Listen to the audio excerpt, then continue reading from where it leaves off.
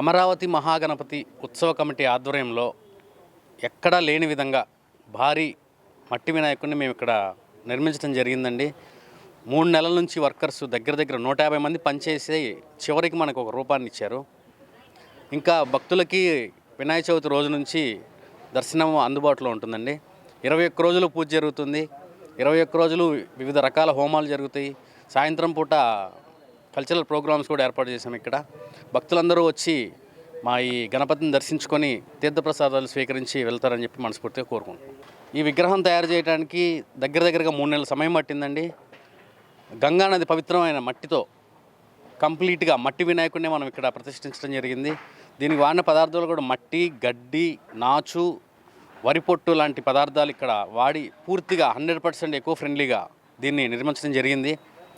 ఇంత అద్భుతమైన విగ్రహాన్ని మేము నెలకొల్పినందుకు మాకు చాలా ఆనందంగా ఉంది. నిమజ్జనం రోజు కూడా ఇక్కడే ఫైర్ ఇంజన్ల సహాయంతో ఇక్కడే నిమజ్జనం చేయబడుతుంది.